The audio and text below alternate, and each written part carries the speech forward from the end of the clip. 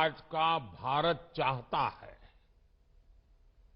यही तो नए भारत के युवाओं, उद्यमियों, महिलाओं, प्रोफेशनल्स, कारोबारियों, नौकरी पेशा से जुड़े लोगों की एस्पिरेशंस है।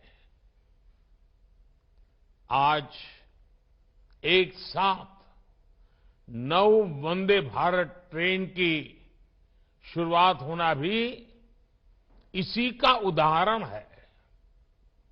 आज एक साथ राजस्थान, गुजरात, बिहार, झारखंड, पश्चिम बंगाल, उड़ीसा, तमिलनाडु, आंध्र प्रदेश, तेलंगाना, कर्नाटका और केरला के लोगों को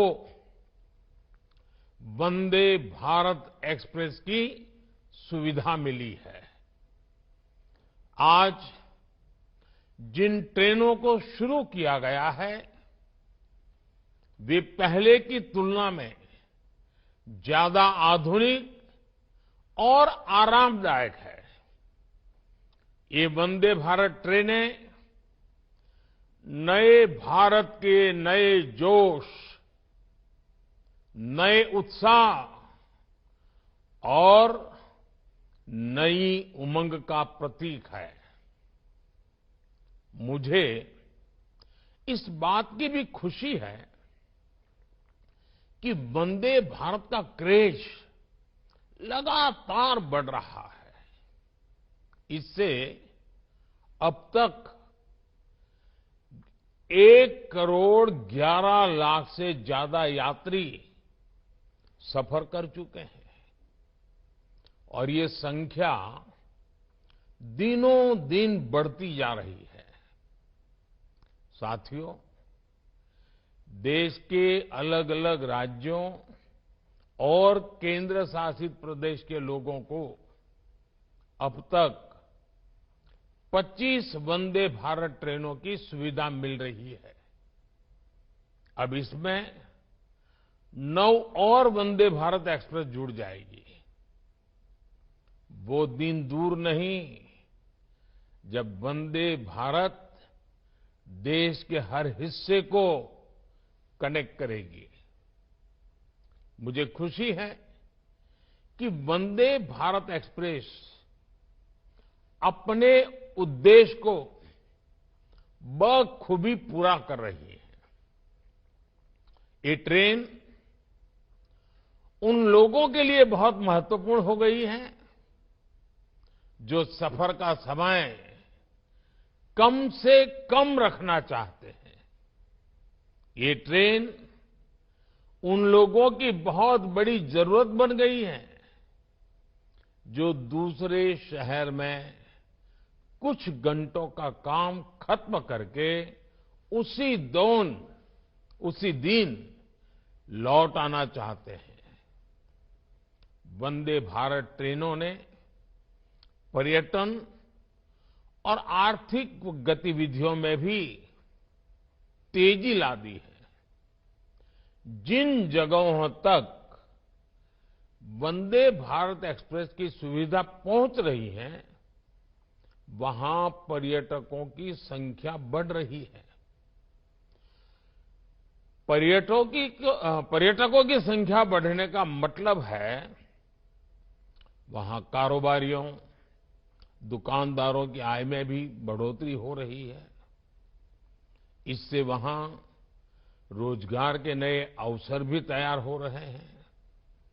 मेरे परिवारजनों, भारत में आज जो उत्साह और आत्मविश्वास का वातावरण बना है, वैसा पिछले कई दशकों में नहीं बना था। आज हर भारतवासी अपने नए भारत की उपलब्धियों से गौरवान्वित है। चंद्रयान-3 की सफलता ने सामान्य मानवीय की उम्मीदों को आसमान पर पहुंचा दिया है। आदित्य L1 की लॉन्चिंग ने हौसला दिया है कि अगर इरादा मजबूत हो तो कठिन से कठिन लक्ष्य को भी हासिल किया जा सकता है।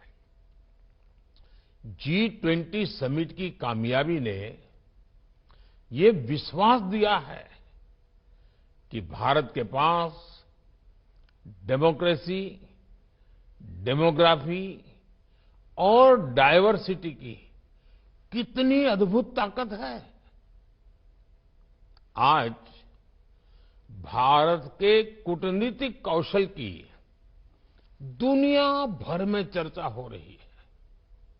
हम हमारे विमेन लेड डेवलपमेंट के विजन को दुनिया ने सराहा है। अपने इस विजन पर आगे बढ़ते हुए सरकार ने संसद में नारी शक्ति वंदन अधिनियम पेश किया था।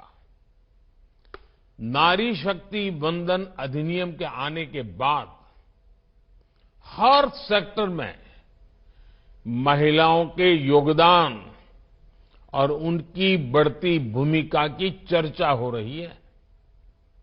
आज कई रेलवे स्टेशनों का संचालन भी पूरी तरह से महिला कर्मचारियों द्वारा किया जा रहा है। मैं ऐसे प्रयासों के लिए रेलवे की सराहना करता हूं। देश की सभी महिलाओं को नारी शक्ति वंदन अधिनियम के लिए फिर से बधाई देता हूं।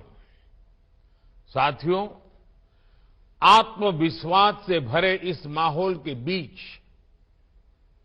अमृतकाल का भारत अपनी वर्तमान और भविष्य की जरूरतों पर एक साथ काम कर रहा है।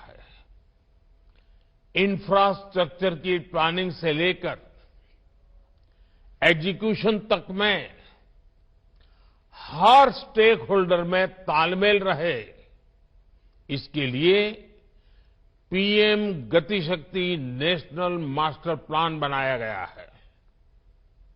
देश में ट्रांसपोर्टेशन का खर्च कम हो, हमारे एक्सपोर्ट्स की लागत कम से कम हो, इसके लिए नई लॉजिस्टिक पॉलिसी लागू की गई है।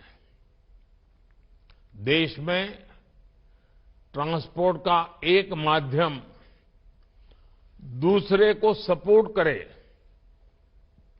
इसके लिए मल्टी मॉडल कनेक्टिविटी पर जोर दिया जा रहा है।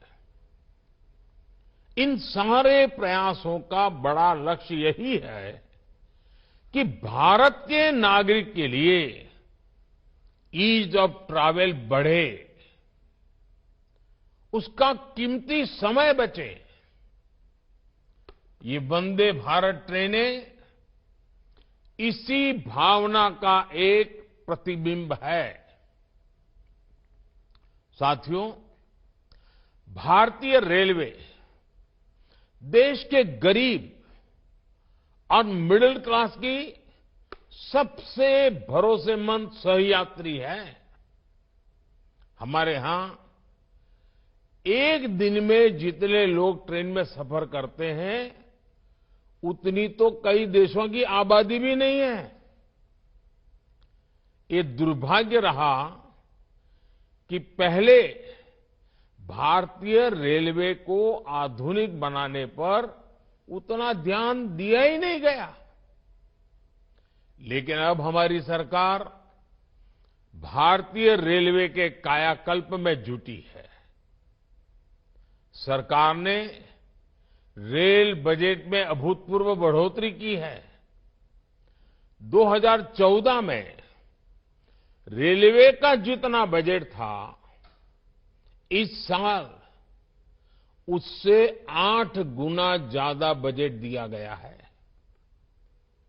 रेल लाइनों का दोहरीकरण हो, बिजलीकरण हो,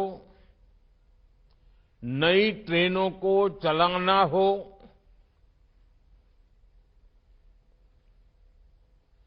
नए रूट्स का निर्माण हो, इन सभी पर तेजी से काम हो रहा है।